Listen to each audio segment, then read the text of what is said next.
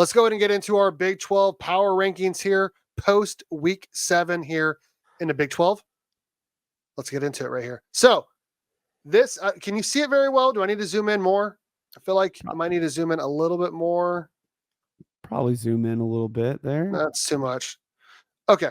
So this is the current standings here. KU's last, BYU's first. I'm just going to go ahead and copy and paste over here. We're going to go from 16 to 1. I think we both had the same team for 16. It's got to be Kansas. They're terrible right now. Again, they're the only team in the Big 12 without a win against an FBS team. Their only win is against Lindenwood, which is an FCS team, which a couple years ago they were playing Division II teams. So, yeah. Nothing more to say. They're horrible. Absolutely. I don't know if you guys can see it that well. I tried something different this time with the colors, and I don't know if it's going to turn out that well, so we might go back. We'll see. 15. Who do you have? It's a toss-up between TCU and UCF. I want to say... Well, UCF won the game, so it would have to be TCU, right? Yeah, it has to be. Yeah, I'm going UCF 15 as well. They're still 15th for me. You mean TCU? Yeah, I'm sorry. I'm going TCU. They're still 15 to me. They lost at home to UCF, which is a bad team. They lost at home to Houston, which is a bad team. They did beat KU, so that's why they're ahead of them. But yeah, TCU 15 for me. Yeah, until Sonny Dykes can get it together. Sorry, that's just where you're at. 14 UCF. Okay. They have not demonstrated that they have a quarterback yet, and that's pretty insane. And I'll tell you why my 13 is different. Okay.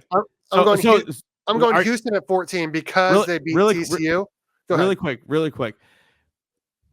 What is your 13?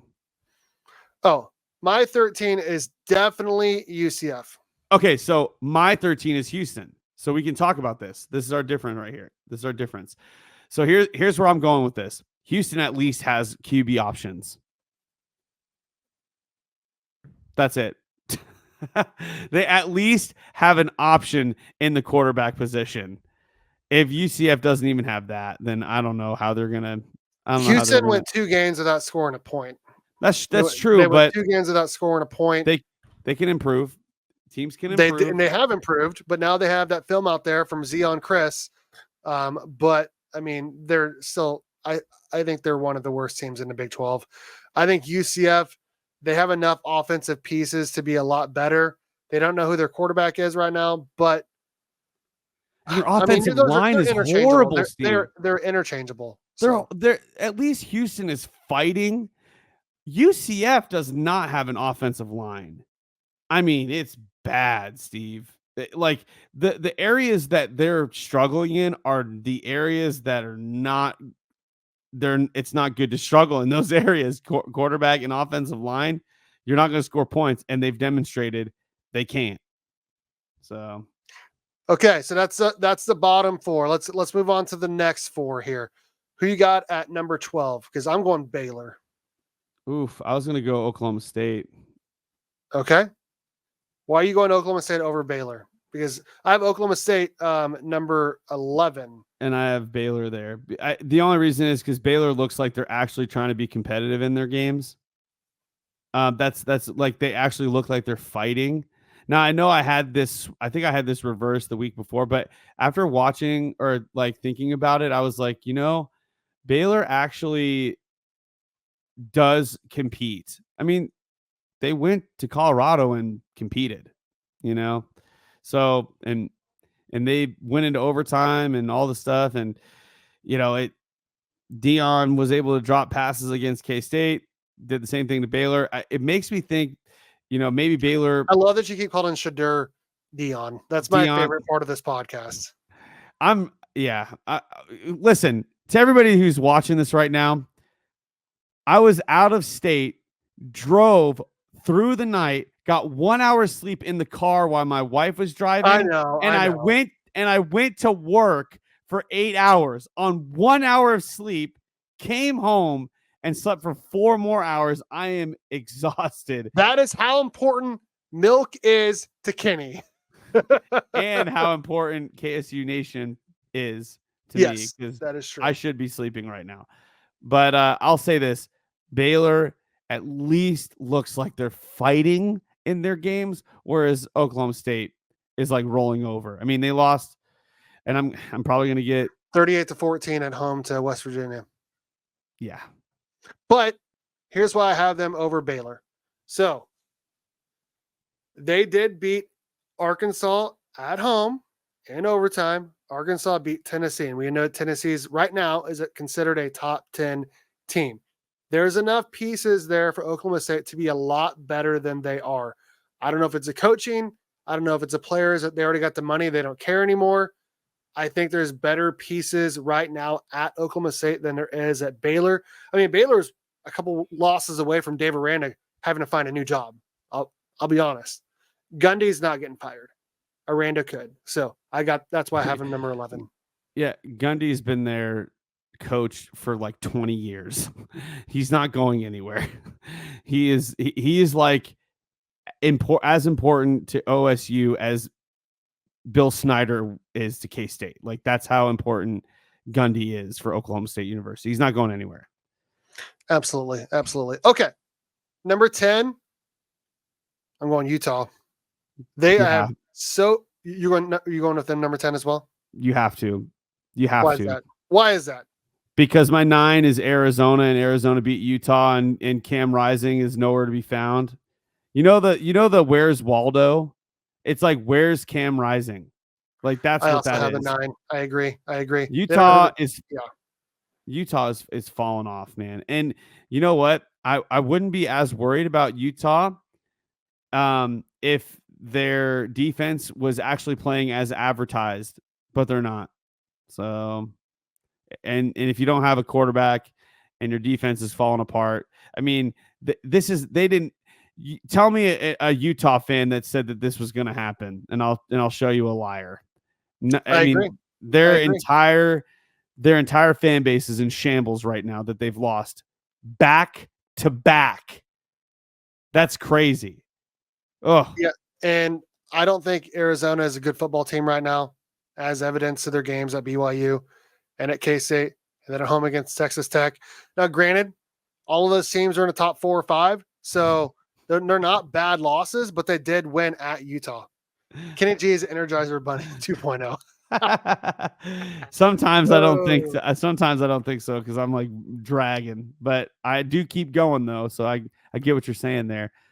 Should we move on to the next section right now? By the way, if you have any names for our sections of 4, because Kenny said we should name our tiers. Now, good. Bottom 4, next 4, pretenders and contenders. But if you have better names for each 4 sections, please let us know. Please put it in the comments. Don't say it now because I don't think we can read these afterwards unless you can read them. I don't know. You can watch it on the replay, and you can click on show replay live chat. Yes, but it won't show up as a regular comments. Go home, maybe even get on Chat GPT, whatever. We just need some ideas for when they have like the A, B, C, D tiers, the tier rankings. We kind of want to be like, maybe like tier 1 is like Bill Snyder, and like D is like Ron Prince or something that like K-State fans would be like, he who should not be named, like on the bottom. Yes. I mean, actually, Stan Parrish should probably be the D grade and Ron Prince be the C grade. But I know that they have ones for NFL that are like juggernauts, Super Bowl contenders, frisky and fun or whatever, but not good. Or what is frisky and fun? I don't know. I think I remember one channel that had like drinks or something as theirs, and so like I came up with like, okay, like the bottom 4 is just gonna be the drinks menu. They're not even good enough to be an actual drink. They're just the menu, and then the next 4 are the house wells, and then the next 4 are the house drafts, and then the top 4 are the top shelf drinks. But if we're not going to go alcohol, let us know what else you got. Okay, back He's to like, a lot of men have a tough time after injuring their right hand. oh my gosh. The thing Okay. is, I'm a lefty though, so Yeah. Okay. Low tier, second tier. Okay. I don't think All right. Steve even. I think that went right over his head. Oh no, Sorry, I guys. heard it. I heard all of that. I understand it because that was a dig at Cam Rising. I get it. Okay. No, but right hand. Okay, Steve. All right. Let's move on here. Men have a tough time when they injure their right hand. Come on, Steve. All Okay. right, we'll, So moving we'll on move on. to we had the bottom four, next four. This is what the next section. As of right now, I would consider the pretenders. They're not contenders yet. And I'm gonna go Colorado. Number 8. Oof. Now they almost beat K-State, but Oof. honestly, it should have been a lot worse than it was. I still think they're going to make a bowl game. Still think they're a solid football team. I had them 7th or 8th last week. I can't make them go any higher after a home loss to K-State. I don't want to hear anything about injuries either. Team sport. Oof. I was thinking about putting them 7, but I think what you said about losing at home after a bye, yeah, you got to put them 8. Put them 8. That kind of convinced it for me. Cincinnati 7. See, No, I'm no, no, going no, to no, no, no, no, no, no, no, no. no, no, no. West Virginia. West Virginia. Yes, I was gonna fight you with that because I think West Virginia is 7th for me. I think they're 3-3 right now. Yeah, they're 3-3, 2-1 in the Big 12. They got a big win at Oklahoma State, but then they came home and laid an egg against Iowa State. In fact, if you look at their wins versus their losses, all their wins are against bad teams, and all of their losses are against good teams. In K-State's a good team. I fully expect them to lose this next weekend to K-State, obviously. But yeah, I can't put them any higher than 7th. I think they're a better team overall than Colorado. Like if they both played on a neutral field, I would pick the Mountaineers, but it could go either way. So Yeah, dude, so their quarterback is a gamer. They can run the ball, which we just established like what Colorado is horrible at doing, which is defending the run. And West Virginia, they run the ball just like K-State. So, and we're going to get into all that tomorrow with Brian Hanley in our pregame podcast on KSU Nation, but we're going to leave them right here at 7. I think that's a really solid place. I need to see a little bit more from them, Steve, because the teams that they've beaten are kind of low tier, Kansas and OSU. So, you're beating low tier teams, but yes, you did go against arguably one of the best teams in the Big 12 and you lost. So, and it didn't look impressive on your end. It looked pretty bad at home. You want to see more from the Mountaineers, but I do think what you said about playing on a neutral field, I think Colorado is going to probably lose that game to the Mountaineers. So 7 for me. yeah, I agree. Let's go ahead and move on here. I think we both have the same number 6. I got Cincinnati. I assume the same for you. Yeah. I mean, they had it. What'd you say? A minute and a half away from being 6-0. They're a good football team. They just won at UCF by 6. They could have beaten both of the teams they lost to, Texas Tech and Pitt. In fact, they definitely should have beaten Pitt. They're a good football team. I don't think they're better than any of the teams above them. I think they're better than every team below them. Got them number 6. Correct me if I'm wrong. Hold on. Correct me if I'm wrong, but I'm just going to look at this right now. Last year, UCF played against Cincinnati and they won. So this was a little redemption game. And both of them were at Cincinnati. So, they was at UCF this time. Okay. So Cincinnati dishing out a little of UCF's own medicine to them, beating them at their home stadium. So that's nice to see Cincinnati getting a little revenge there from last year. So good on you, Cincinnati, for doing that. You're at number 6 now. I got Arizona State number 5, which is huge for that program, considering they're picked last in the Big 12. Great wins the last couple of weeks against KU and Utah. Their fans are super excited to cash the over on wins. They're a lot better than people thought they'd be. 5-1. That's a great record for Arizona State. I want to put them higher, but they lost to the team that I would put them higher against. That's my only problem. So you With got Texas Tech number 4? yeah, I do too. basically only because of their record so far.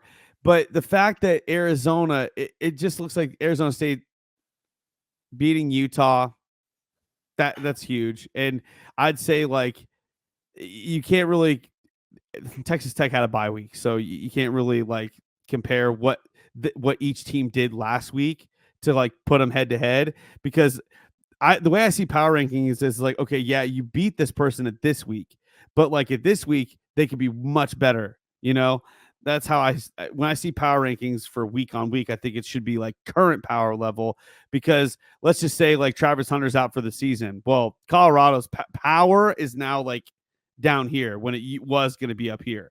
So that's how I view power rankings. I think that's, my opinion on how the best way it should go. Texas Tech, you had a week off, but your record is keeping you at number 4. You guys won at Arizona. You won at home against Arizona State, and both of those are, not horrible teams. Obviously, Arizona State is a top 5 team. They did barely beat Abilene Christian. We still remember that. They lost to Washington State, which is a good football team. I do think they're in for a couple of losses down the stretch, but right now I have to put them no worse than 4th. Yeah, you have to keep them there because of their record. I had them a little higher last week just because of their record.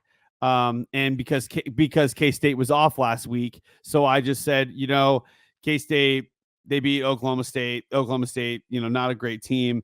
I have to put Texas above them because they won. And when K-State had the week off, but now I have them flipped because now Texas Tech had the off week. K-State went and won in Colorado. I have K-State at number 3. So not much to really say about Texas Tech. You're at 4. Let's see what you can do this week. Maybe you might move up or down, but I also have K-State at number 3. I mean, I cannot put them above Iowa State or BYU, considering they got their butts kicked by BYU, regardless of whether or not you thought some of those turnovers were fluky. Turns out maybe BYU's defense is legit. They're a turnover creating machine, as everyone's been saying. But this was a huge win for them at Colorado. They're finally looking like the team everyone thought they'd be preseason, at least on offense. Their defensive line and linebackers are nasty. Their only weakness appears to be the secondary, which honestly, like it's more of the safeties than the corners if you're watching K-State. But yeah, I have them number 3 right now. I cannot put them higher than Iowa State or BYU. And this is where things get interesting because I had Iowa State number 1 last week. You had BYU number 1 last week. So my question to you, Kenny, is who is your number 2 right meow? I want to see a dominant win from BYU on the road. Like they won on the road, but I want to see the wins that they get when they beat K-State at home 38-9. They beat Arizona 30 something to 19. Those were at home. So until BYU can do that on the road, they're number 2 for me. Okay. Iowa State, number 2 and number 1. Okay. Yes. I wanted to have Iowa State play last week. I wanted them to actually play somebody. So they played West Virginia. That's a middle of the road team at home, or not at home, away. They played them at West Virginia in Morgantown. Tough environment, tough team. So the fact that they were able to go in there and put a dominant win down, I'm a lot more confident in Iowa State being ranked number 1 because they were, the teams that they played prior to that, not very good teams. I mean, Houston, who else did they play? Not thinking of it right now. Yeah, I mean, they've looked better. I mean, in terms of the fact that they've both played Baylor, and Iowa State won by a lot more than BYU did. Now, granted, BYU was up by a bunch before Baylor came storming back. So if we're going to do transitive property, which, I mean, you really can't do in college football, but there's a reason why Iowa State's ranked higher. They have probably a better offense, probably a better defense. BYU is just better right now at creating turnovers. and that's why they're in the top 2. So this is really interchangeable. So if the season ended today, it would be BYU versus Iowa State. So it really would not matter either way. But I just think the eye test shows that Iowa State is better because of, like you said, they've done it on the road multiple times. BYU hasn't. Matt Campbell has put together a solid team, and it's actually coming together quicker than normal for him. Usually these Iowa State teams take a while to get on the same page, and it has just fallen into place very early for him. And Steve, I don't know if you noticed this, but our top 10 are literally the exact same for the first time. Yeah, I mean, even the ones that we don't agree on, it's only one spot off. And I feel like as we get more into the season, it's everyone's power rankings are going to start looking very similar because everyone's going to be playing everyone, and so you can really start ranking them based off of who they beat, right? And that's why I have Houston above TCU and TCU above KU. You know what I mean? And you and I both have Arizona above Utah. So yeah, and honestly, Arizona's going to play Colorado this week, so that's another way that we can start to rank these teams. So yeah, this is the power rankings post week 7 in the Big 12, bud.